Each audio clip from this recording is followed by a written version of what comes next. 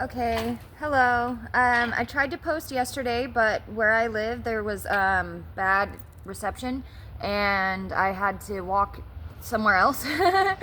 And when I got to a cafe, I had no money. The man let me sit in there, and he gave me a free drink and let me upload my video. And so I will be walking there more often. And then when I walk across the street so that I could record my video, when I got to the seat that I chose, I found this little fortune sitting on the ground waiting for me, and it said, "Your hopeful nature will be handsomely rewarded." So I just wanted to share that before I get into chapter 6.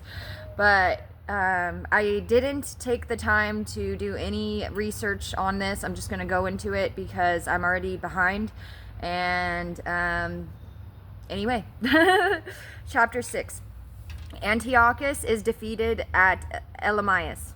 Now King Antiochus was going through the higher countries, and he heard that the city of Elamias in Persia was greatly renowned and abounding in silver and gold, and that there was in it a temple exceeding rich, and coverings of gold, and breastplates and shields, which King Alexander, son of Philip and Macedonian, that reigned first in Greece, had left there. Lo, he came and sought to take the city and to pillage it, but he was not able, because the design was known to them that were in the city. And they rose up against him in battle, and he fled away from thence and departed with a great sadness and returned towards Babylonia. Antiochus hears of Judah's victories. And while he was in Persia, there came one that told him how the armies that were in the land of Judah were put to fight, and that Lysias went with a great power and was put to fight before the face of the Jews, and that they were grown strong by the armor and power and store of spoils which they had gotten out of the camps which they had destroyed, and that they had thrown down the abomination which had set up the altar in Jerusalem, and that they had compassed about the sanctuary with the high walls as before, and Bethsura also his city. And it came to pass, when the king heard these words, that he was struck with fear and exceedingly moved, and he laid himself down upon his bed and fell sick for grief, because it had not fallen out to him as he imagined. And he remained there many days, for great grief came more and more upon him, and he made account that he should die. Antiochus repents.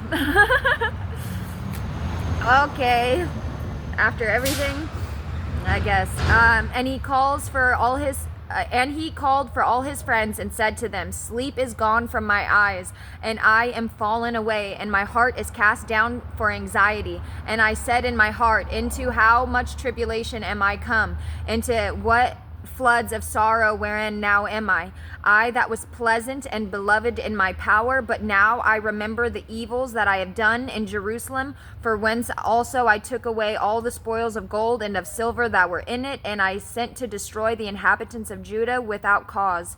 I know therefore that for this cause these evils have found me, and behold, I perish with great grief in a strange land." Wow.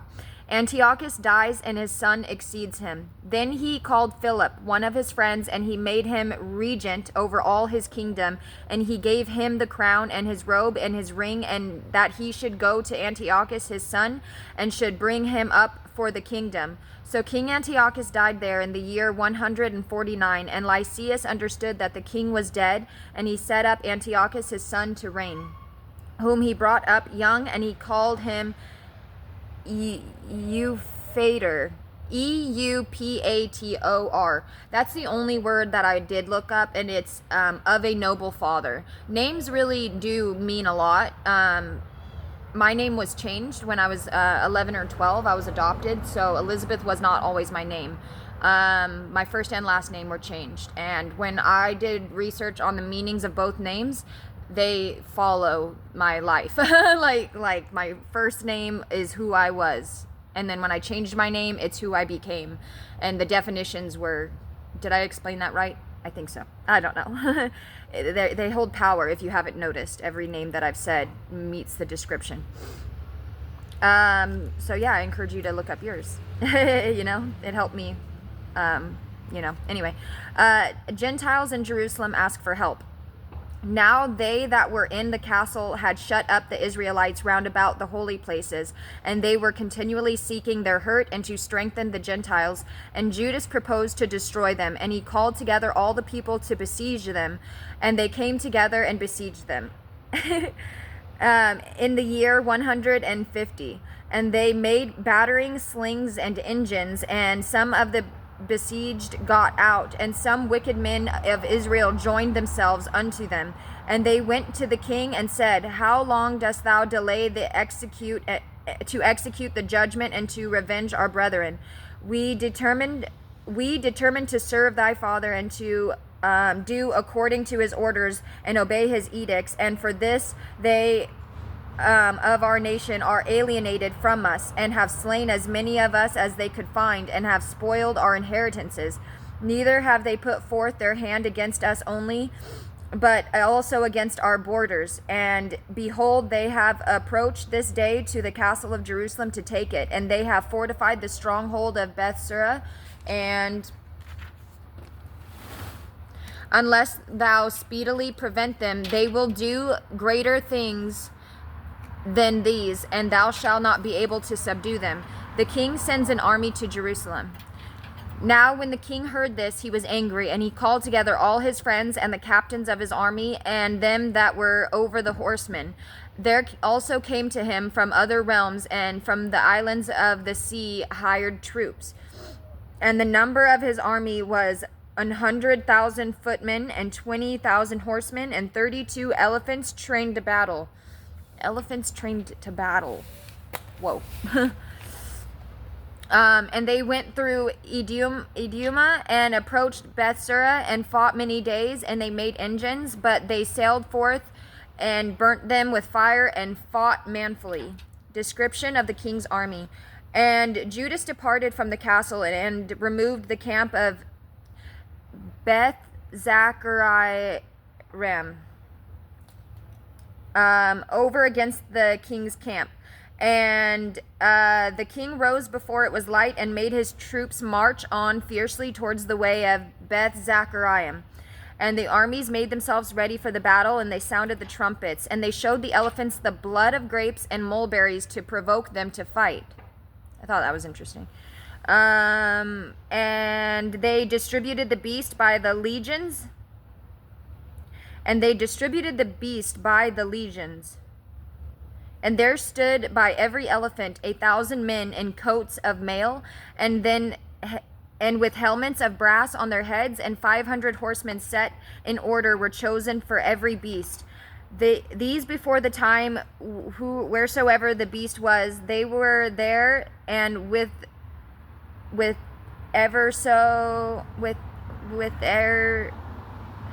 whatsoever it went, they went, and they departed not from it. And upon the beast they were strong wooden towers with covered. Let me take a breath. What's wrong with me? Okay.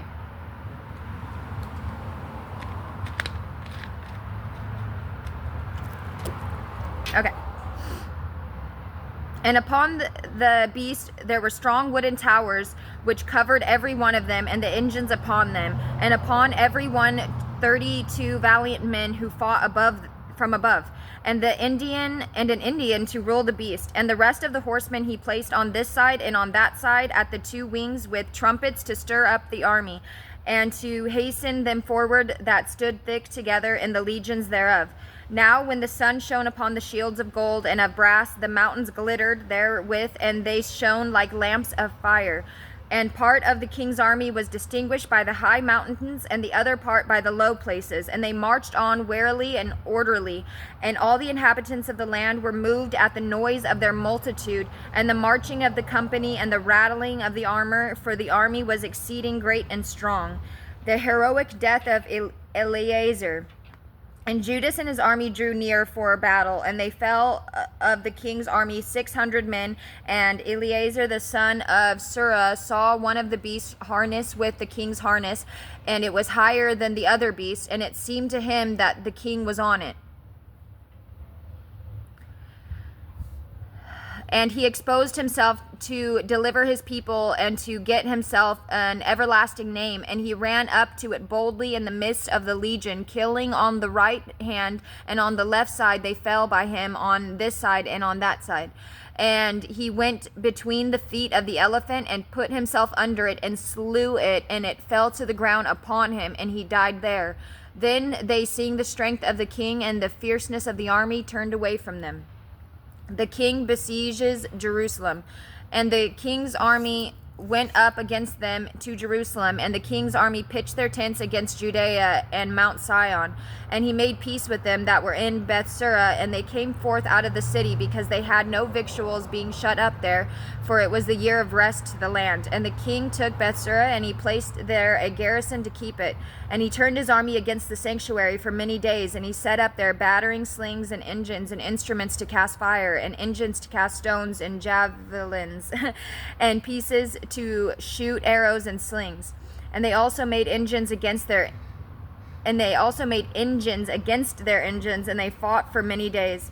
And there were no victuals in the city, because it was the 7th year, and such had been stayed in Judea of them that came from among the nations, had eaten the residue of all that which had been stored up, and there remained in the holy places but a few, for the famine had prevailed over them, and they were dispersed every man to his own place. The king sues for peace. Now Lysias heard that Philip, whom King Antiochus, while he lived, had appointed to bring up his son Antiochus and to reign to be king, he was returned from Persia and Media with the army that went with him, and that he sought to take upon him the affairs of the kingdom.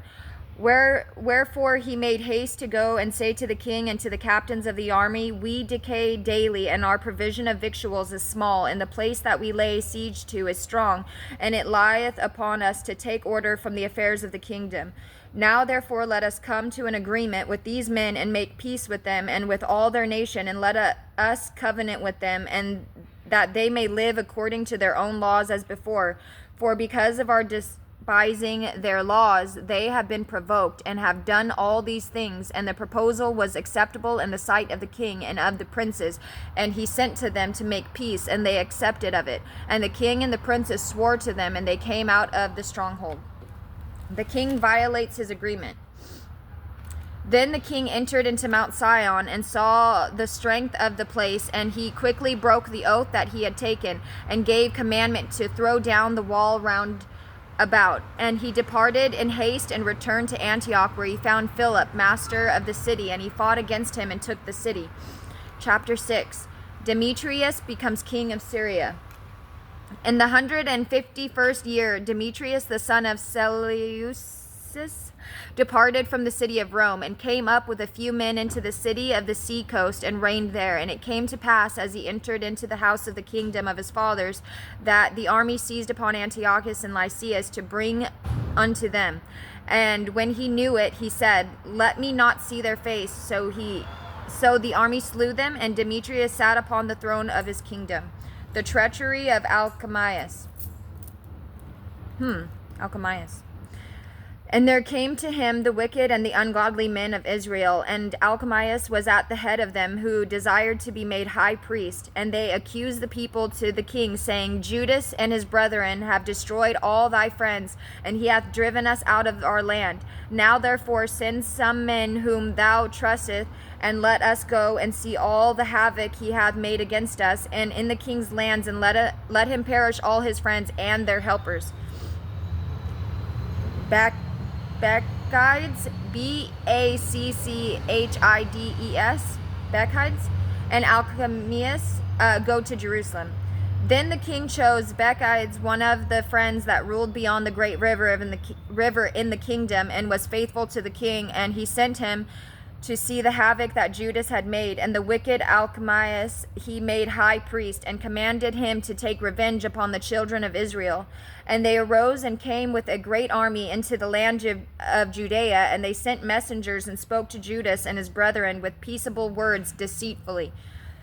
But they gave no heed to their words, for they saw that they were come with a great army. The deceit of Alchemius. Then they assembled to Alchemius and Bacchides, a company of the scribes, to require things that are just. And first the Assyrians that were among the children of Israel, they sought peace of them. For they said, one that is a priest of the seed of Aaron is come. He will not deceive us. And he spoke to them peaceably and swore to them, saying, we will do you no harm, nor your friends. And they believed him. And he took 70 of them and slew them in the day, according to the word that is written. The flesh of the saints and the blood of them they have shed around about Jerusalem, and there was none to bury them. Then fear and trembling fell upon all the people, for they said, there is no truth nor justice among them, and they have broken the covenant and oath which was made.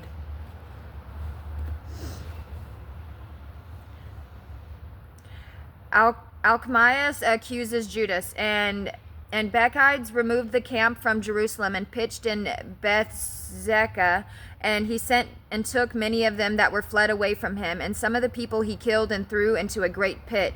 Then he committed the country to Alchemius and left with them troops to help him. So Bacchides went away to the king, and Alchemius did what he could to maintain his chief priesthood.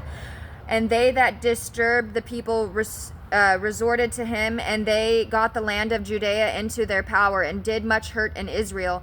And Judas saw all the evils that Alchemius and they that were with him did to the children of Israel, much more than the Gentiles. And he went out into all the coasts of Judea round about, and took revenants upon the men that had revolted, and they ceased to go forth any more into the country. And Alchemius saw that Judas and they that were with him prevailed, and he knew that he could not stand against them, and he went back to the king and accused them of many crimes. Judas defeats Nicanor. Okay, and the king sent Nicanor, one of his principal lords, who was a great enemy to Israel, and he commanded him to destroy the people. And Nicanor came to Jerusalem with a great army, and he sent to Judas and to his brethren deceitfully with friendly words, saying, let there be no fighting between me and you. I will come with a few men to see your faces with peace. And he came to Judas, and they saluted one another peaceably, and the enemies were prepared to take away Judas by force. And the thing was known to Judas that he was come to him with deceit, and he was much afraid of him, and would not see his face any more. And Nicanor knew that his counsel was discovered, and he went out to fight against Judas near Kaphar Salama. And there fell of Nicanor's army almost 5,000 men, and they fled into the city of David. Nicanor threatens to destroy the temple. And after this, Nicanor went into Mount Sion, and some of the priests and the people came out to salute him peaceably, to show him the holocausts that were offered for the king. And he mocked and despised them and abused them, and he spoke proudly and swore in anger, saying, unless Judas and his army be delivered into my hands as soon as ever I return in peace, I will burn this house. And he went out in a great rage. And the priests went in and stood before the face of the altar and the temple, weeping. They said, thou, O Lord, hast chosen this house for thy name to be called upon therein, that it might be a house of prayer and supplication for thy people. Be avenged of this man and his army, and let them fall by the sword. Remember their blasphemies, and suffer them not to continue any longer. Defeat and death of Nicanor. Then Nicanor went out from Jerusalem and encamped near to Betharon, and an army of Syria joined them. But Judas pitched in Adarsa, Adarsa,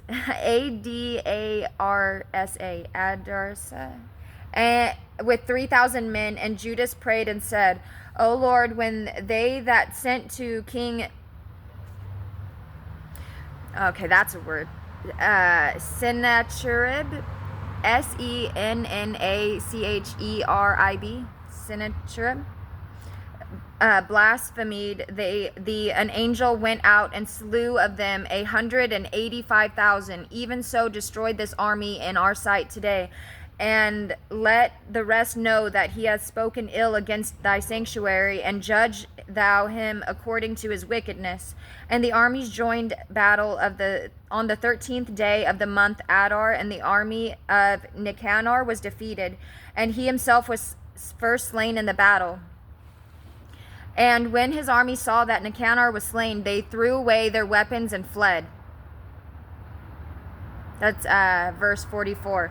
And when his army saw that Nicanor was slain, they threw away their weapons and fled. And they pursued after them one day's journey from Adazar, even till ye came to Gazara. And they sounded the trumpets after them with signals. And they went forth out of all the towns of Judea round about, and they pushed them with the horns, and they turned again to them, and they were all slain with the sword, and there was not left of them so much as one. I'm sorry, it's like really noisy. I'm kind of right next to a road. I didn't know where else to go. I'll find somewhere better next time. I'll just have to walk back to post it. I was trying to be close so I could immediately post it, but I'll do better the next video, which I'm going to do right after this one. And they went forth out of all the towns of Judea round about, and they pushed them with the horns, and they turned again to them, and they were all slain with the sword, and there was not one of them, not left of them so much as one. And they took the spoils of them for a booty. And they cut off Nicanor's head and his right hand, which he had proudly stretched out, and they brought it and hung it up over against Jerusalem. And the people rejoiced exceedingly, and they spent that day with great joy. And he ordained that that day should be kept every year, being the 13th of the month of Adar. And the land of Judea was quiet for a short time. Chapter 8. All right, 28. Now Judas heard of the fame of the Romans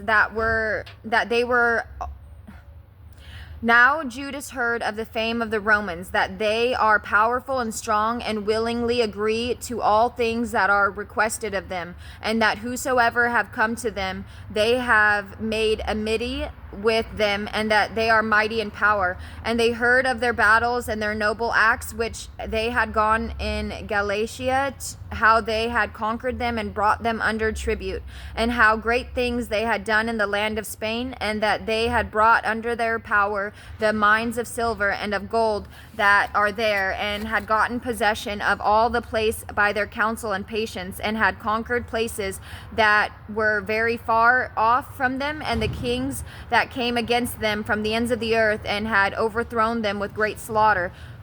Oh, there's a spider. And the rest paid them tribute every year. And that they had defeated in battle Philip and Perseus, and king of the Catines, and the rest that had borne arms against them and had conquered them. And how Antiochus, the great king of Asia, who went to fight against them, having 120 elephants with horsemen and chariots and a very great army, was routed by them. And how they took him alive and appointed to him that both he and they should reign after him, should pay a great tribute, and that he should give hostages, and that which was agreed upon. And the country of the Indians and of Medes and of Lycians, some of their best provinces, and those which they had taken from them, they gave to King Eumenes.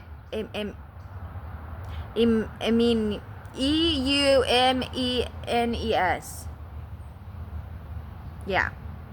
And that they were in Greece, and had a mind to go and to destroy them, and they had knowledge thereof. And they sent a general against them, and fought with them, and many of them were slain, and they carried away their wives and their children captives, and spoiled them, and took possession of their land, and threw down their walls, and brought them to be their servants unto this day. Unto this day. And the other kingdoms and islands that at any time had resisted them, they had destroyed and brought under their power. But with their friends and such as relied upon them, they kept amity, and had conquered kingdoms that were near and that were far.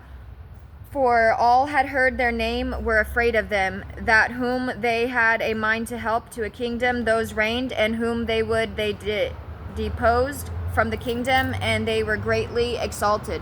And none of all these wore a crown, or were clothed in purple, to be magnified thereby. and that they had made themselves a senate house and consulted daily 320 men that sat in council always for the people, and that they might do the things that were right, and that they committed their government to one man every year to rule over all their country, and they that obey one, and there is no envy nor jealousy amongst them. Judas seeks an alliance with Rome. So Judas chose Epolemius, the son of John and son of Jacob, and Jason, the son of Eleazar. He sent them to Rome and to make a league of amity and confederacy with them, and that they might take off from them the yoke of the Grecians. For they saw that they oppressed the kingdom of Israel with servitude, and they went to Rome a very long journey. That didn't say strong at all, but hey. And they entered into the Senate house and said, Judas Maccabeus and his brethren and the people of the Jews have sent us to you to make alliance and peace with you, and that we may be registered with confederates and friends. And the proposal was pleased in their sight. Terms of the alliance. Okay, so after I read this, I'm gonna stop before chapter 9 because I'm gonna go somewhere quieter. I think they just pulled up with like trucks. They were like doing construction all of a sudden. What if it? I'm trying not to curse on this page. I'm so sorry. Terms of the alliance. And this is the copy of the writing that they spoke back again, graven in the tables of brass and sent into Jerusalem, that it might be with them there for a memorial of the peace and alliance. Good success to be the Romans and to the people of the Jews by sea and by land forever, and far to be the sword and enemy from them. But if there came first any war upon the Romans or any of their confederates in all their dominations, the nation of the Jews shall help them according as the time shall direct, with all their heart. Neither shall they give them